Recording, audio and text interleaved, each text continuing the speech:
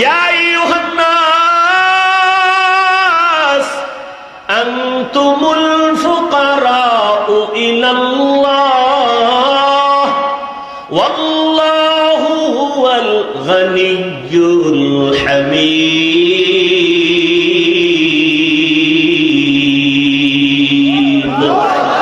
गर तवक्कुल मी कुली हर सुबह शाम मेरा साना दरस्त तू अज़ला मकाम जुज़बा हक़ची ज़े मखाज इंसो जा फज़ले उआ मस्ते दर जुमला जहां।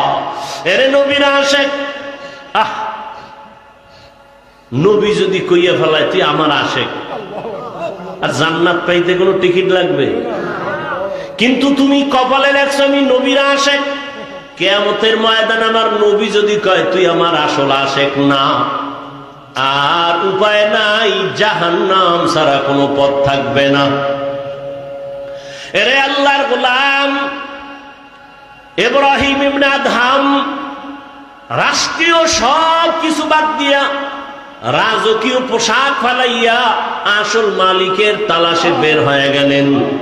সাগরের পারে দৌড়ায় আর আমার আল্লাহরে তালাশ করে।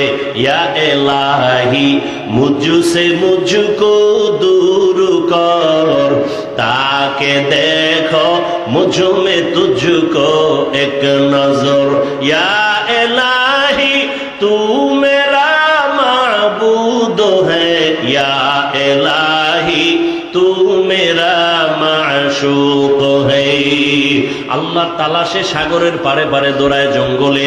একদিন ইব্রাহিম ইবনে আদহামের হুকুমে যারা চলতো বড় বড় অফিসার, একদিন বিকাল বেলা হাওয়া খাইতে সাগরের পারে চলে গেল। গিয়ে দেখে আগের সেই বাদশাহ ইব্রাহিম সাগরের পারে সেরা জামা পইরা বসা। ডাক দিয়া কয়, রে বাদশাহ ইব্রাহিম ইবনে আদহাম, তুমি বাদশাহী চাইরা কি পাইছো? কয়, এর থেকে বড় কিছু পাইছি। বলে কেমনে? দেখবি নি? কয়, তোরা দেখবি নি? কয়, হ্যাঁ।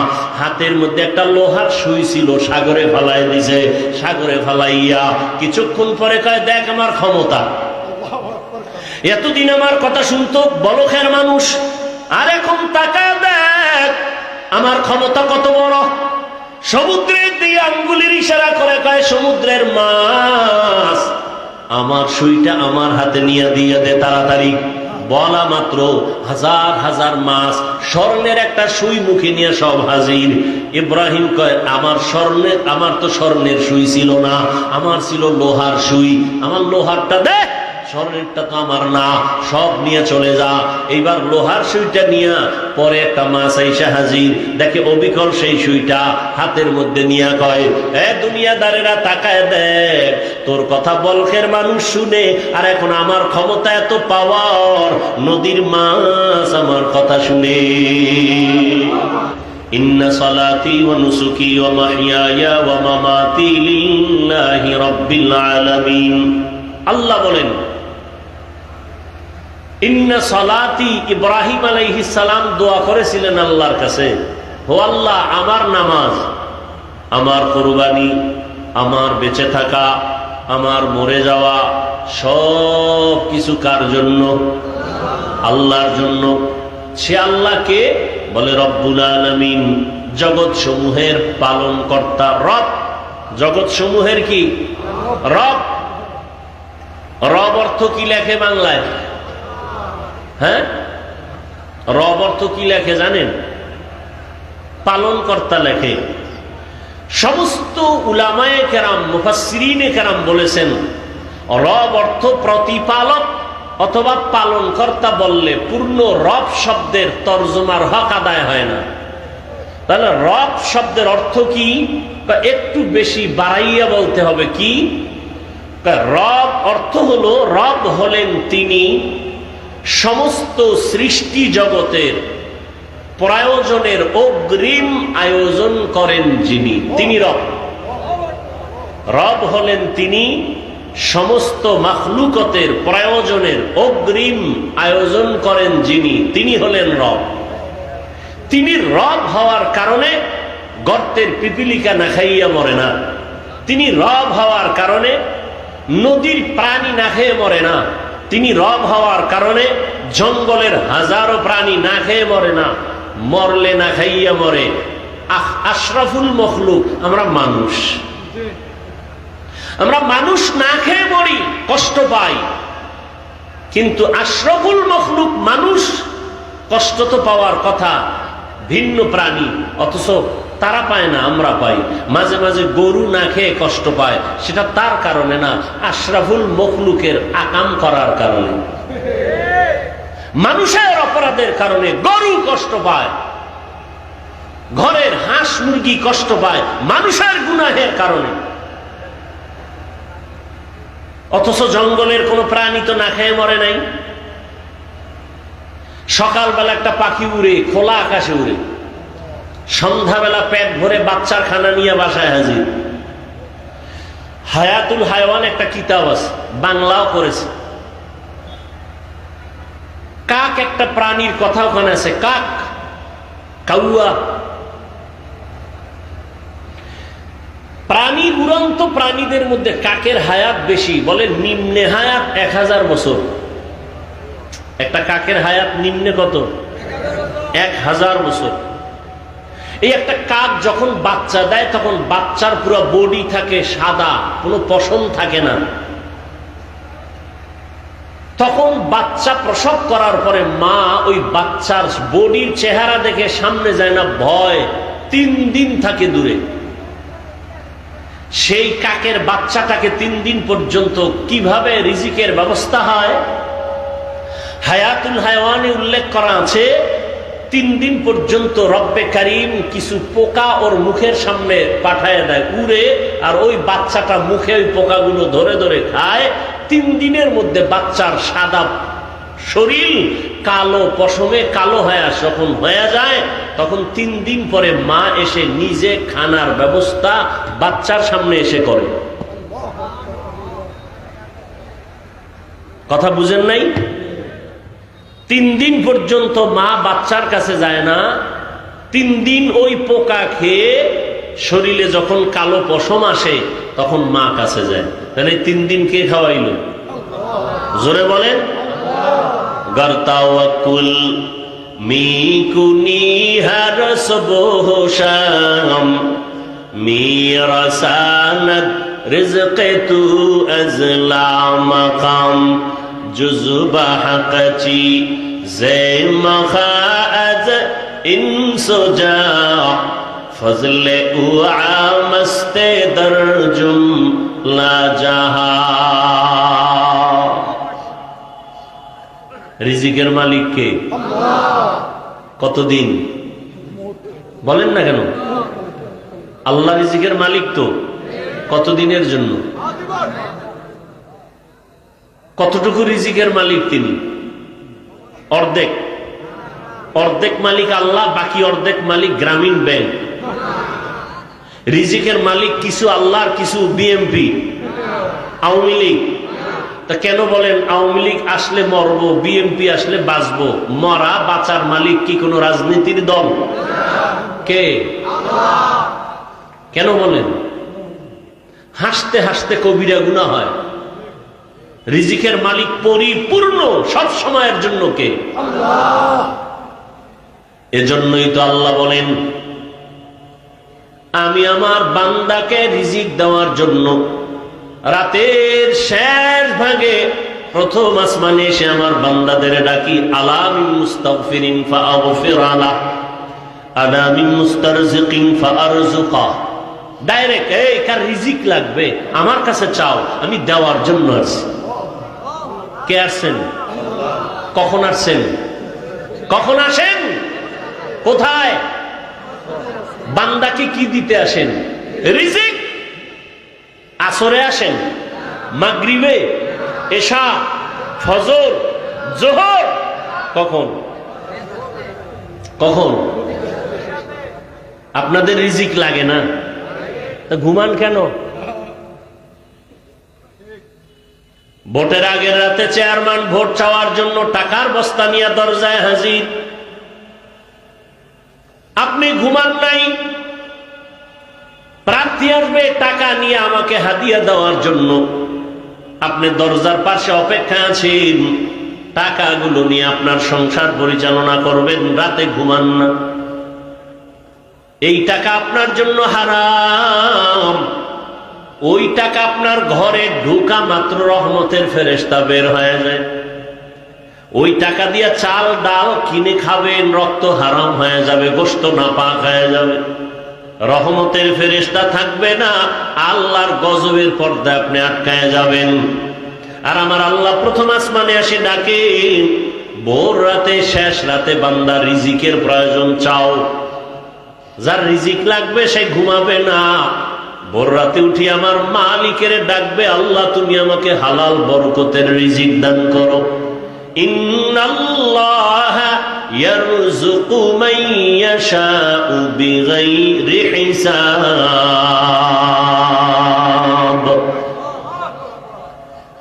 আল্লাহ রিজিক দিবেন কোনো মাপ নাই, হিসাব ছাড়া। বাদশাহ হারুন রশিদের নাম শুনছেন আপনারা? শুনে থাকলে বলুন তার স্ত্রীর নাম কি? কি খবর নেই। দুনিয়ার সব কিছু জানেন, মুসলমানের কপাল খারাপ। ওই যে বললাম না, খানায় কষ্ট পাবে পিপিলিকা, গরু, নদীর মাছ, অথচ ওরা পায় না। আমরা পাই কেন? আমরা তো আশরাফুল মখলুক। আমরা পাই কেন? আমরা আল্লাহর দেওয়া বাতাস নেই কিন্তু শুকর আদায় করি না, বরং গাদ্দারি করি। আল্লাহর দেয়া সূর্যের আলো নেই কিন্তু আল্লাহর শুকর আদায় করি না, তাকে চিনার চেষ্টাও করি না। আল্লাহর দেয়া পানি পান করে কলিজা ঠান্ডা করি কিন্তু সে আল্লাহকে চিনি না। আল্লাহর দেয়া রাতের আধারে ঘুম, আরামে ঘুমাই, স্বাস্থ্য ঠিক করি কিন্তু সে আল্লাহকে চিনি না। কার দেওয়া রাতের আধার আমি নিলাম, কার দেয়া বাতাস নিচ্ছি, কার দেয়া সূর্যের আলো নিতেছি, এর স্রষ্টাকে তাকে চিনিই না। আল্লাহ হেদায়েত দান করুন। আল্লাহ আসেন রিজিক দেওয়ার জন্য। কি প্রয়োজন তোমার? বাদশাহ হারুন রশিদের স্ত্রীর নাম জুবায়দা খাতুন। জুবায়দা কোরআনে হাফেজা। তার কাজের লোক ছিল 100 নারী, সবাই হাফেজা। 24 ঘন্টার প্রতিটি সেকেন্ড জুবায়দার ঘরে শুধু তেলাওয়াত, কোরআনের তেলাওয়াতের আওয়াজ। 1 সেকেন্ড টাইমও বাদ নাই। বলে কেমনে? ওই যে 100 মহিলা হাফেজা শিডিউল করে দিছে, টাইম ভাগ করে, তুমি আধা ঘন্টা তেলাওয়াত করো, তুমি 10 মিনিট করো, তারপরে তুমি তেলাওয়াত করে কাজে যাও। কাজও চলতেছে, তেলাওয়াতও চলতেছে।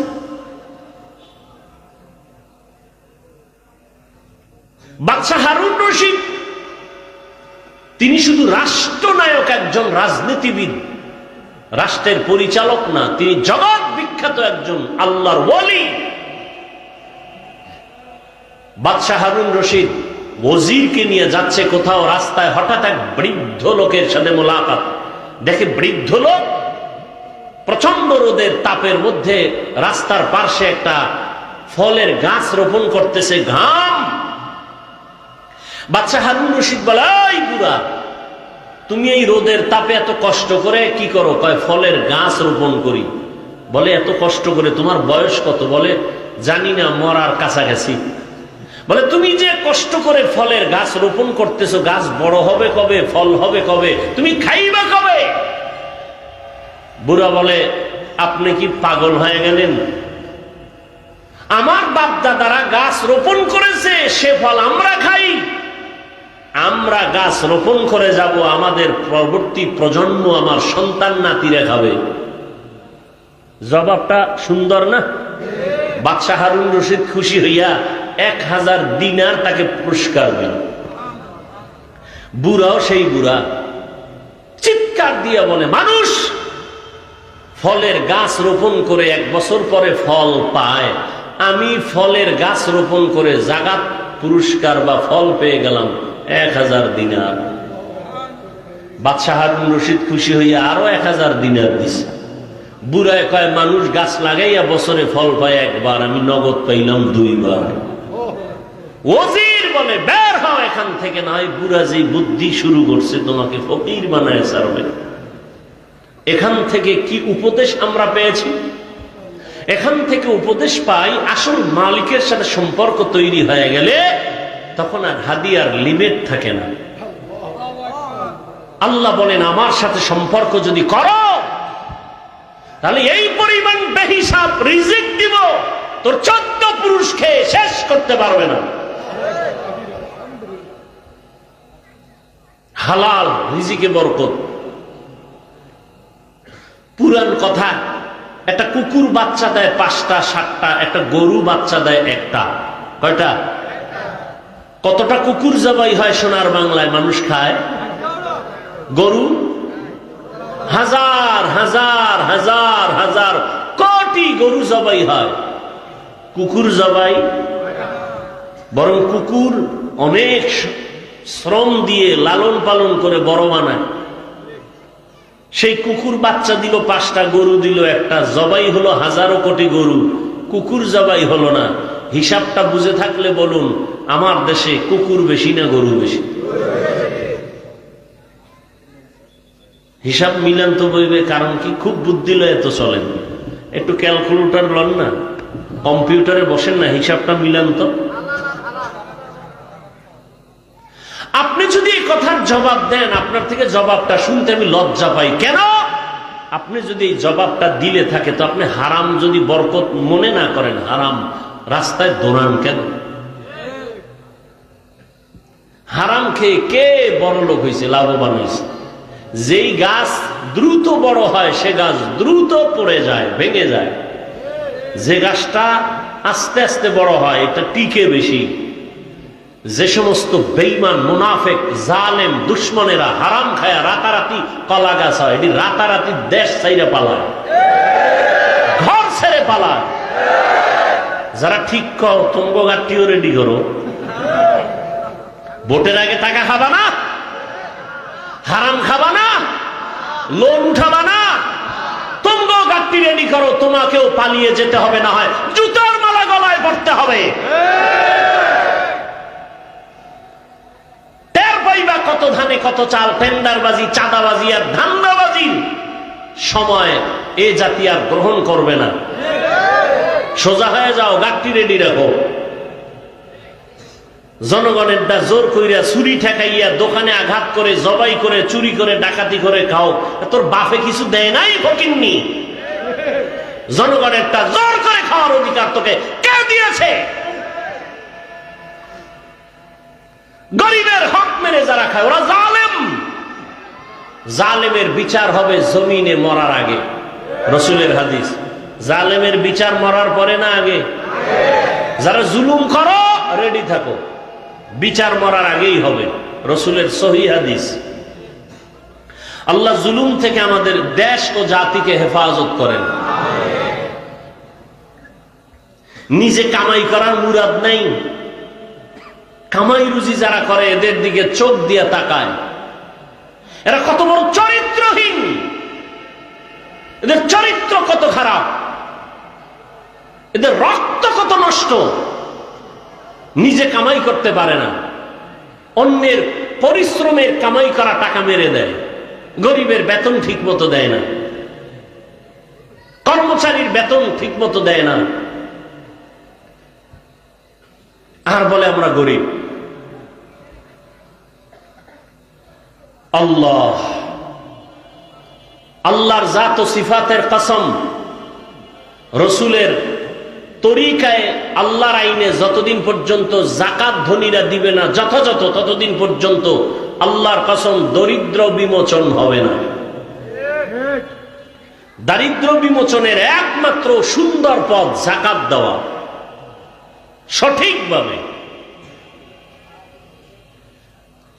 তাহলে মালিকের সাথে সম্পর্ক থাকলে হাদিয়ার কোনো লিমিট আছে? নাই। প্রমাণ করলো বুড়ায় অনেক কিছু পেয়ে গেল, শুধু মালিকের সাথে সম্পর্ক ভালো হয়ে গেছে, মালিকের মন খুশি করছে, এবার সীমাহীন হাদিয়া পেয়ে গেছে। বান্দা আল্লাহকে খুশি করো, সীমাহীন তোমার চাহিদা চাওয়ার আগে পূরণ হয়ে যাবে।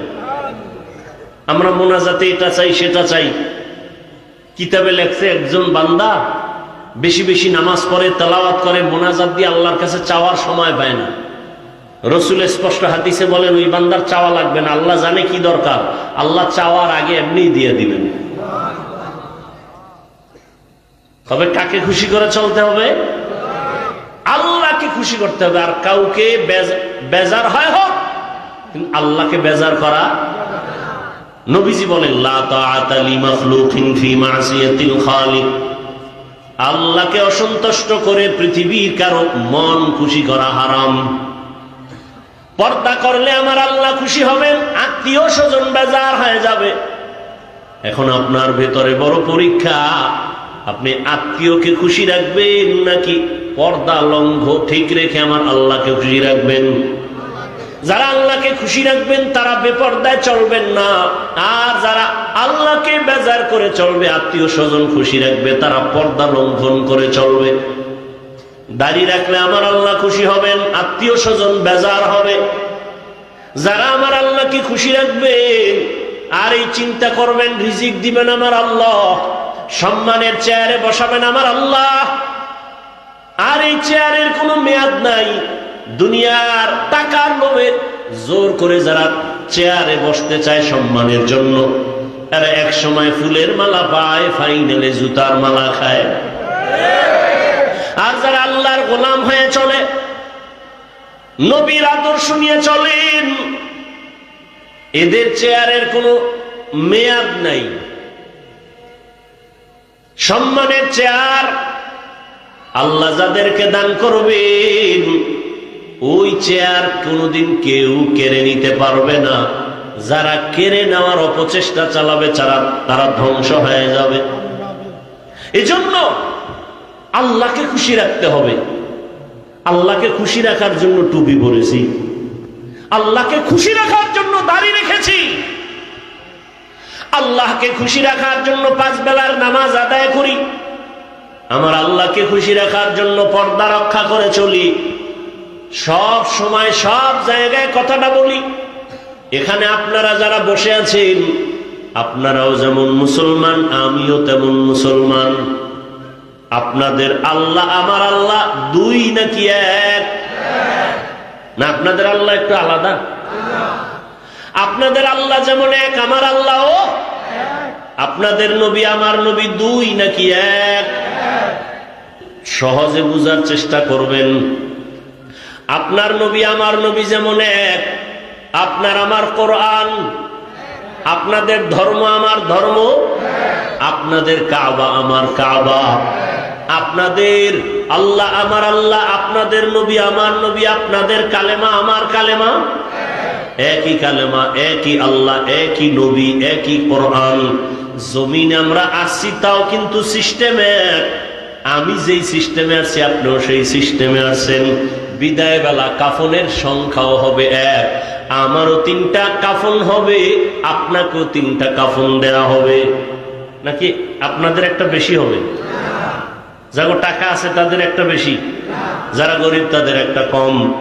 কালার কিন্তু আলাদা। কাফনের সংখ্যাও এক। দুনিয়ার সমস্ত পুরুষের মরণকালে কাফন 3টা, দুনিয়ার সমস্ত নারীদের মৃত্যুকালে কাফন হবে 5টা। কালার হবে এক। কে নারী, কে পুরুষ, কে ধনী, কে গরিব, কে আলেম, কে মূর্খ, কোনো ভেদাভেদ নাই, সবার কালার এক। হুজুরদের কাফনের কালার যেমন আপনারটাও তেমন। কাফনের উপরে লেখা থাকবে এমপি সাহেবের লাশ, বড় হুজুরের লাশ। হ্যাঁ, আজকে আমি বড় হুজুর, বড় ভাব, বড় বক্তা, বড় ভাব, আপনি বড় টাকাওয়ালা, বড় ভাব, ক্ষমতার মাস্তানি করেন, বড় ভাব। যতই বাহাদুরি করি না কেন, সাদা কাফনে ঢোকা মাত্র সব বাহাদুরি বন্ধ হয়ে যাবে। কোটি টাকার মালিক দেখো, অভাব হয় না দূর, গরিবে ঘুমায় আরাম করে, মনটা বাহাদুর। ফেরাউনের লাশটা দেখো, মিশর জাদু ঘরে, খায় না মাটি, পোকা মাছি, সবাই ঘৃণা করে। হৃদয়ে থাকিবে যার নম্রতা সদা, রহমত আসিবে সেথা প্রভুর আদা। বড়র বাড়াই থাকলে দিলে রহমত আসবে না, নিজেকে নিজে ছোট মনে করিও সদা। উঁচু জমিন থেকে পানি নিচু জমিনে যায়, তেমনি খোদার রহমত আসে নম্রতার হৃদয়। ভোগবিলাসের বাড়ি গাড়ি পরে রবে সব, থাকতে সময় স্মরণ করো আল্লাহ আমার রব। মরণকালে কাফনের কালারও সব এক, কবরের সাইজও নাকি এলাকার কবর একটু বড়? কবরে রাখিয়া যখন সব চলে যাবে, বিদায়ের পরে ফেরেশতা কবরে আইসা প্রশ্ন করবে। সবার বেলায় তিনটা একই প্রশ্ন। রবের পরিচয় দাও, ধর্মের পরিচয় দাও, রাহমাতুল লিল আলামিনের পরিচয় দাও। রহমতের নবী বলেন, এই তিন প্রশ্নের জবাব যারা দিতে পারবে তাদের কবর হবে রওজাতুম মির রিয়াজিল জান্নাহ। আর কবরে গিয়া জবাব দিতে যদি না পারে, তার কবর হবে হুফরাতুম মিন হুফারিন নার। এখন কে পারবে জবাব দিতে? আমি হুজুর, কোনো গ্যারান্টি নাই। আপনি পারবেন তাও বলা যাবে না। কবরের প্রশ্ন আমি পারবো এই গ্যারান্টি যদি থাকতো, সাহাবায়ে কেরাম জান্নাতের টিকিট হাতে পেয়ে আর কাঁদতেন না। আবু বকর সিদ্দিক রাদিয়াল্লাহু তাআলা আনহু জান্নাতের প্রথম সাহাবী, নামাজে দাঁড়ায়া দাঁড়ায়া সারা রাত কান্নার আওয়াজ। রহমতের নবী বলেন, আবু বকর নামাজে আপনি কান্না করেন কেন? বলে, আমার কবরে হাসরে কি উপায় হবে? আল্লাহর দরবারে আমি কেমনে দাঁড়াবো উলঙ্গ? আল্লাহর কাছে কি নিয়ে যাব? রমজানের ঈদের দিন সবাই আনন্দ করে। ওমরে ফারুকের মতো বান্দা, যাকে দুনিয়ার সব মানুষ না শয়তান পর্যন্ত ভয় করে। কেমন মানুষ তারা? আমরাও মানুষ, আমরা সাপ দেখলে ভয় করি, আর তারা কেমন মানুষ, সাপ তাদের ভয় করে। দেখছেননি কারবার? দেখছেননি? একটু চিন্তা করেন তো। আমরাও মানুষ, তারাও। আমরা বাঘরে ভয় করি, আর উজানি কারি ইব্রাহিমকে বাঘে ভয় করে। ব্যবধান আছে না নাই? বড় কঠিন। কিন্তু আমরা সাপ দেখলে দৌড়ায় পালাই, আর এমন মানুষ তারা কেমন, তাদের দেখলে সাপ ভয় পায়। ওমরে ফারুকের মতো বান্দা শয়তান ভয় করে। কেমন মানুষ! অথচ ইতিহাসের পৃষ্ঠায় তার নাম লেখা আছে পৃথিবীর বড় সন্ত্রাসী হযরত ওমর। কারণ বিশ্ব নবীর গড় কল্লা কাটতে যে যায়, সে বড় সন্ত্রাসী ছাড়া আর কিছুই হতে পারে না। কিন্তু হেদায়েত বড় কঠিন। রহমতের নবীর 13টা বছর দেখলো, বয়ান শূন্য, কালেমা পড়ে না আবু জাহাল। আর নবীজিরে জবাই করতে যায় 27 বছর বয়সে ওমর।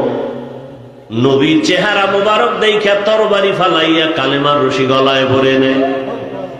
আমার নবী এমন একটা নজর লাগাইছেন, ওমরের পাওয়ার এত বেড়ে গেছে, এখন ওমর যেই পথে চলে ওই পথে শয়তান চলে না, পালায় যায়। কেমন বান্দা যে শয়তান ভয় পায়! ওমর চলতেছে, হঠাৎ ওই রাস্তায় একটা যুবক একটা মদের বোতল হাতে নিয়ে হাঁটে। হঠাৎ করে ওমরের দেখা ভয় কাঁপা শুরু হয়ে গেল।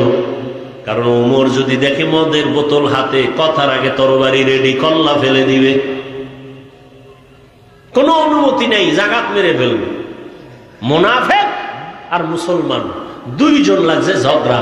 সমাধানের জন্য গেছে রহমতের নবীর দরবারে। রহমতের নবী সমাধান দিছেন, মুনাফিক মানতে পারে না, ইহুদি মেনে নিয়েছে। এবার মুনাফিক, মুসলমান নামদারি মুনাফিকটা কয় মানি না। তো কেমনে মানবি? ওমরের কাছে ল। ওমরের কাছে আসছে খলিফাতুল মুসলিমিন, ভবিষ্যৎ। ওমরের কাছে কয় বিচারের জন্য আসছে।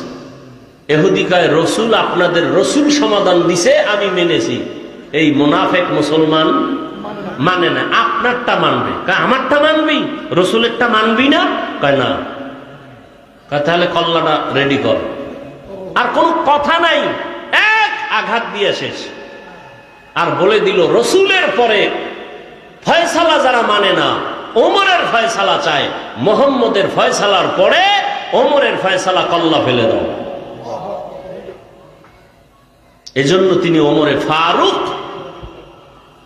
কিন্তু আশ্চর্য, এই সোনার বাংলায় সেই ওমরকে ভণ্ড বলার মতো টুপিওয়ালা আছে। কত বড় নিকৃষ্ট ভণ্ড! সাহাবায়ে কেরামদের বিরুদ্ধে যারা বলে আর লেখে, এদের মতো নিকৃষ্ট বেয়াদব এ জমিনে আর কেউ হতে পারে না। সাহাবায়ে কেরামের বিরুদ্ধে যারা লেখবে আর বলবে, এরা পৃথিবীর নিকৃষ্ট বেয়াদব। এরা ইসলামের দুশ্মন, এরা রাসূলের দুশ্মন, এরা কোরআনের দুশ্মন, এরা